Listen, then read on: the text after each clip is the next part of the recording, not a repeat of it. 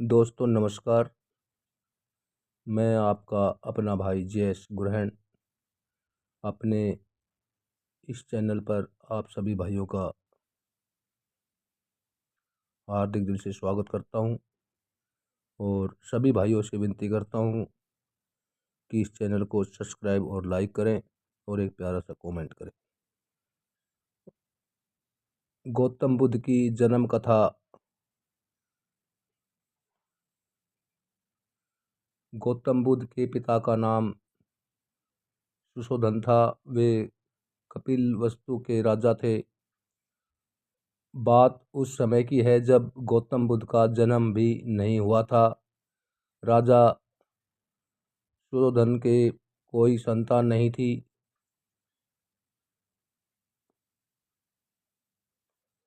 इसी का कारण संतान प्राप्ति की चाह में वे सदैव विचार मगन रहते थे। संतान प्राप्ति की चाह में ही उन्होंने 2 विवाह किए थे। राजा सुशोधन की बड़ी रानी का नाम महामाया था और छोटी रानी का नाम प्रजावती था। धीरे धीरे समय व्यतीत हो रहा था। राजा सुशोधन अब अधेड़ अवस्था से वृद्धावस्था की ओर अग्रसर होने लगे थे। देवी देवताओं की पूजा अर्चना और दान पुण्य आदि करने के बाद भी उन्हें संतान का सुख न मिल सका। समय बीतने के बाद के साथ साथ राजा की तृष्णा भी बलवती होती जा रही थी। ऐसा प्रतीत होता था जैसे भाग्य के देवता राजा शुद्धोधन के कपिल अब हो गए हैं। तभी तो उनकी श्रद्धा और निष्ठा भी कोई रंग न ला सकी थी। अब राजा की तृष्णा चिंता और गहन चिंता में बदलने लगी थी। राज्य में चारों ओर सुख शांति और समृद्धि थी, किंतु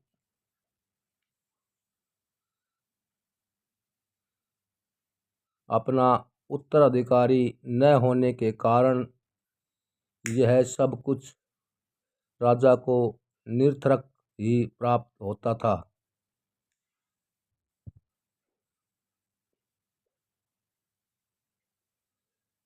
निसंतान होने का दुख राजा सुशोधन को ही नहीं, रानी महामाया और रानी प्रजावती को भी था। इस चिंता को दूर करने का उपाय किसी के हाथ में नहीं था, अतः वे सभी मौन थे।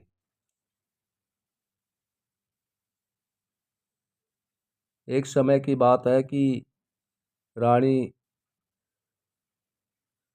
महामाया रात्रि काल में अपने इष्ट देव का स्मरण कर शैया पर लेट गई। लेटते ही उनकी आंखें लग गई और उनकी आंखों के सामने भिन्न भिन्न प्रकार के सुखद स्वप्न चित्र तैरने लगे। सपनों का तांता रात भर लगा रहा। स्वप्न आते रहे और सुखद अनुभूति देखकर विस्मृत होते रहे। रात्रि का अंतिम पहर चल रहा था। रानी महामाया ने सपन में देखा कि 4 यक्ष, जिनके भूमंडल तेज से प्रतीत थे, उनके निकट आए। यक्षों ने रानी को प्रणाम किया और पुष्प के समान बड़ी कोमलता से उन्हें उठकर एक ओर को उड़ चले।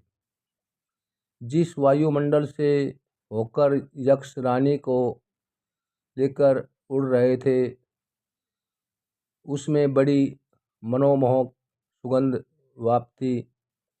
इसी भीनी भीनी सुगंध ने रानी के अंतर्मन को प्रफुल्लित कर दिया था। यक्षों ने रानी महामाया को ले जाकर एक सर्वोत्तम पर्वत के शिखर पर बैठा दिया। वहाँ एक बहुत सुंदर आसन बना हुआ था। आसन पर विराजमान होकर रानी को बड़ा आत्मिक सुख मिला। रानी महामाया का तन मन प्रसन्नता से झूम रहा था। इसी बीच स्वर्गलोक में निवास करने वाली सुंदरता की प्रतिमूर्ति अप्सराएं वहाँ एक एक प्रकट हुई।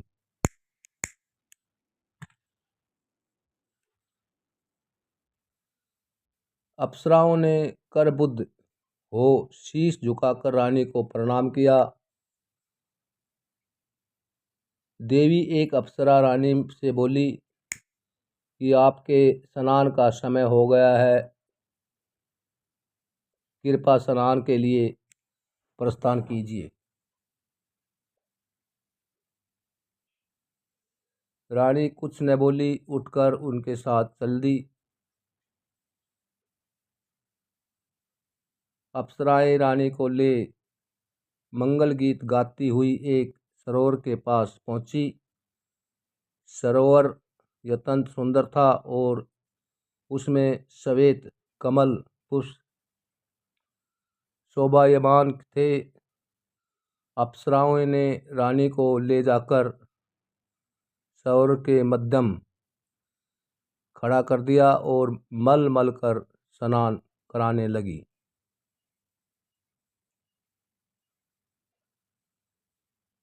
सरोवर का जल रानी के शरीर पर पड़ते ही उनकी काया कंचन जैसी हो गई। इस दिव्य जल के स्नान से रानी का शरीर भी अप्सराओं के समान ही सुंदर हो गया। रानी महामाया आश्चर्यचकित होकर अपने रूप सौंदर्य को निहारने लगी थी। दिव्य जल से स्नान करने के बाद उनकी काया अत्यंत कमनीय और सुंदर हो गई थी। शरीर पर पड़ी हुई झुर्रियाँ भी पूरी तरह मिट चुकी थी। उन्हें ऐसा लगा था मानो उनका यौवन दिव्य रूप राशि के साथ पुनः लौट आया हो। उनका मन मुदित था। स्नान के बाद अप्सराओं ने रानी को अत्यंत सुंदर और बहुमूल्य वस्त्र पहनाए। भिन्न भिन्न प्रकार के आभूषणों से उनका श्रृंगार किया। उसके बाद अप्सराएं रानी को एक श्वेत मरमरी महल में ले गई।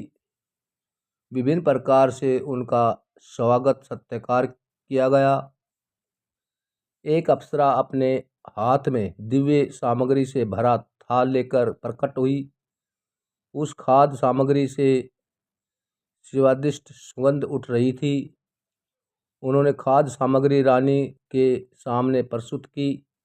जब रानी ने उसका स्वाद चखा तो उनका तन मन आह्लादित हो उठा। दिव्य खाद्य सामग्री देखने के बाद अप्सराएं रानी महामाया को महल के एक दूसरे कक्ष में ले गई। उस कक्ष में एक पुष्प सेज सजी हुई थी। अप्सराओं के आग्रह पर रानी पुष्प सजित सेज पर विश्राम करने लगी। उस सेज के सामने एक रानी को एक सरवण शैल और उस पर मंडराता हुआ सुंदर हाथी अपने अत्यंत निकट प्रतीत हुआ। हाथी ने कमल पुष्प से रानी के दाएं अंग पर धीरे से प्रहार किया और फिर लघु से लघुतर स्वरूप धरकर वह एकाएक रानी के गर्भ में समा गया। रानी ने भय और आश्चर्य से तुरंत अपनी आंखें खोल दी। अब रानी को पता चला कि वह सपन देख रही थी। बड़ा ही आश्चर्यचकित कर देने वाला और सुखद सपन था। आँख खुलते ही जिसका समापन हो गया था।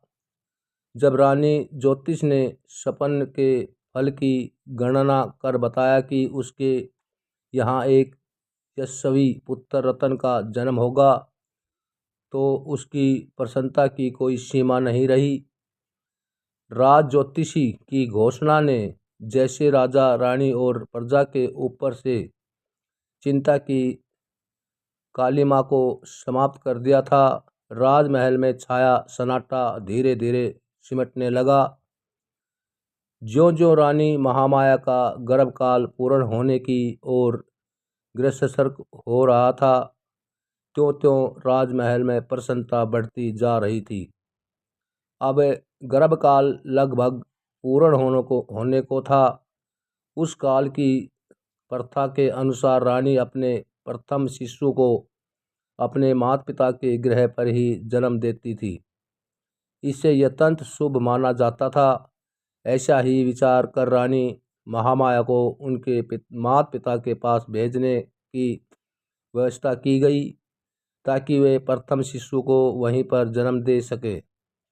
राजा की आज्ञा के अनुसार सुंदर रथ और फूल मालाओं और मोती मणियों से सुसज्जित किया गया। उस रथ में रानी के साथ उनकी प्रिय दासियां और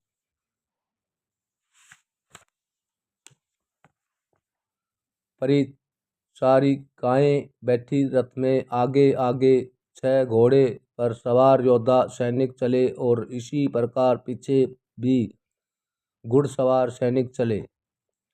धीरे धीरे रानी का यह काफिला आगे बढ़ा जा रहा था कि लुम्बिनी वन के निकट रानी को तीव्र प्रसव पीड़ा होने लगी।